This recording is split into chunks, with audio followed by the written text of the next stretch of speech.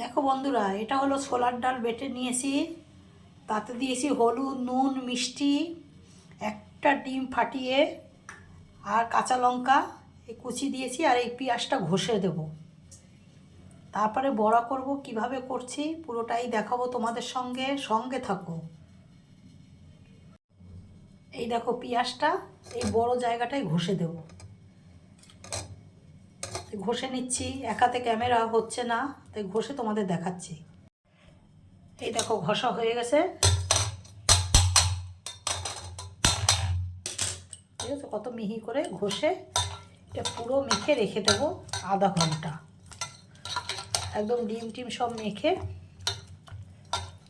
একদম রেখে দেবো। তারপরে গরম গরম এটা বড়া ভাজবো, ভীষণ ভালো লাগে। কালো জিরে দিয়েছি কিন্তু, সেটা বলতে ভুলে গেছি। এভাবে থাক একটু কিছু সময় রেস্টে। দেখো বড়াটা তো আধা ঘন্টা আমি মেখে রেখে দিয়েছি এভাবে করে। ডিম, পেঁয়াজ ঘষে, লঙ্কা, আদা সব দিয়ে, এটা নুন হলুদ সব দিয়ে করে রেখেছি। এবারে বড়াটা ভেজে নেব। কড়াতে দিয়েছি সর্ষের তেল। এবারে বড়াটা আমি ছোট্ট ছোট্ট করে চামচ দিয়ে বড়ার আকারে দিয়ে ভেজে নেব।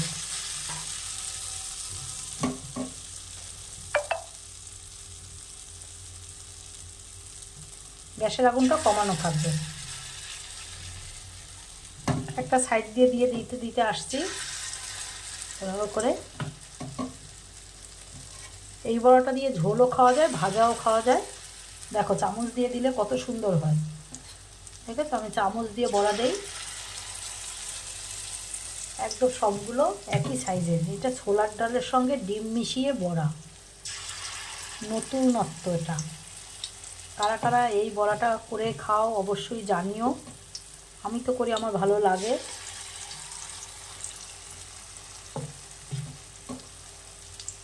আগুনটা হালকা থাকবে, আস্তে আস্তে ভিতর থেকে ভাজাটা হবে। দেখো কেমন হয়েছে। এবারে হোক, হালকা আগুনে ভাজতে হবে। গ্যাসের আগুন বেশি দিলে পুড়ে যাবে, ভিতরটা কাঁচা থাকবে।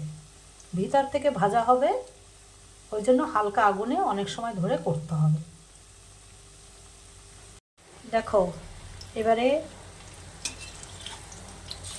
উল্টে দিচ্ছি। হালকা আগুনে দু পিসই ভালো করে ভাজতে হবে।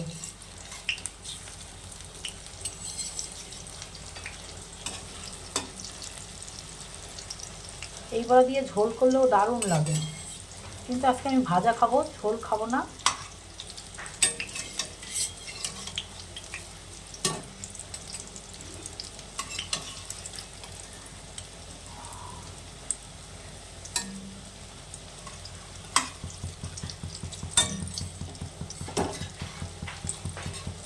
তেলটা কিন্তু আমি খুব একটা বেশি দেইনি,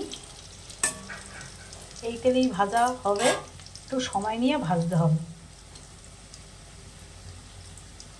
ভেজে তারপরে তোমাদের নামিয়ে দেখাবো। দেখো ছোলার ডাল দিয়ে ডিম দিয়ে বড়া নতুনভাবে করেছি।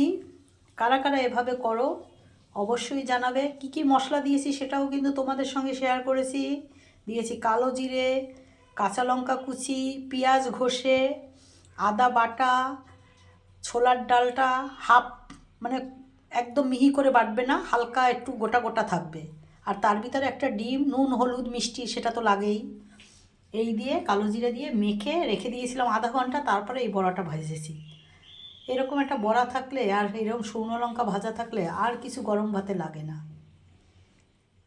দেখো কত সুন্দর হয়েছে। কেমন হয়েছে অবশ্যই জানিও। ভালো লাগলে লাইক শেয়ার কমেন্ট অবশ্যই করবে, আর সব সময় আমার পাশে থাকবে।